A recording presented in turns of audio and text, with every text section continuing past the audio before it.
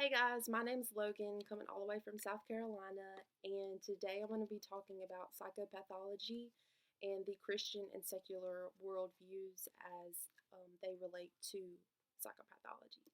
So, I'll start with the Christian worldview with a couple of verses. God's word telling us about how He made us perfectly, the way He wanted us to be, and I'll start with Psalm 139:13 through 14. You made all the delicate inner parts of my body and knit me together in my mother's womb. Thank you for making me so wonderfully complex. Your workmanship is marvelous. How well I know it. And also in Jeremiah 1:5, I knew you before I formed you in your mother's womb. Before you were born, I set you apart and appointed you as my prophet to the nations. So, to God, we are perfect just the way we are, just the way that He made us. And in Romans 12:2, don't copy the behavior and customs of this world, but let God transform you into a new person by changing the way you think. Then you will learn to know God's will for you, which is good and pleasing and perfect. So, listening to these words, I think that God made us just the way He wanted us to be. And with my Christian worldview, I view psychopathology as a result of the original sin of man, the original fall at creation.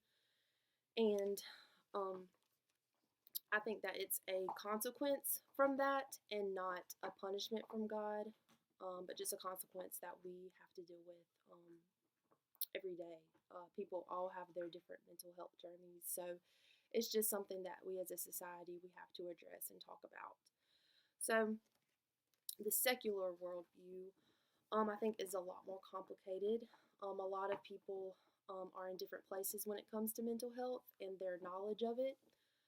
Just as a little disclosure myself, growing up, I didn't know what anxiety was, but I had very bad anxiety, and I just thought that was the way I was. And as I went to college and started taking courses and learning more about anxiety, I learned that there isn't anything wrong with me.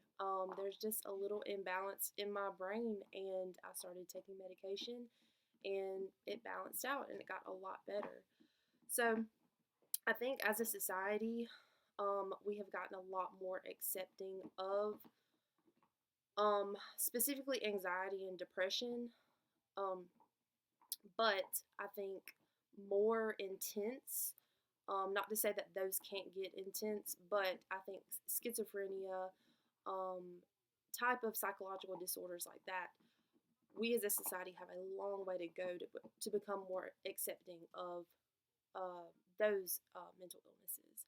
So, according to Koob and Rosenkrantz, 2020, they talked about shifting beliefs and as related to psychopathology, and they had one comment in there: people are more likely to change their beliefs if new info relates to their old beliefs.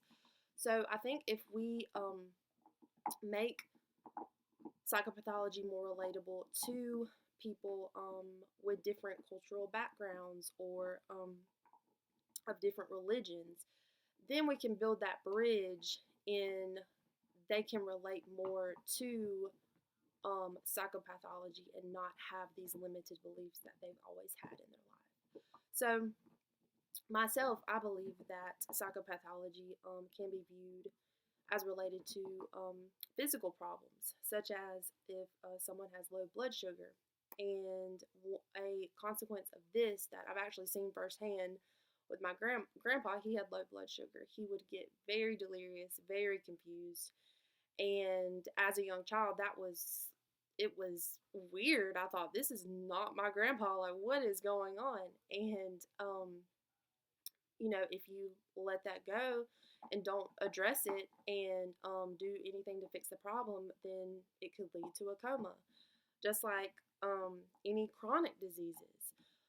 People deal with lupus and there's no cure, but they manage it. And just like depression and anxiety, people, they can manage it. They can take medication and go to therapy. So I think that as in society, we have come a long way at breaking down these stigmas related to mental health. But from a secular worldview, I think that people can see that it's more in your face, I guess, is what I'm trying to say, and that people see it more so they can say, hey, let me look more into this and get more knowledge about this. So, those are just my thoughts on psychopathology and Christian worldview and secular worldview. So, thanks for watching, guys.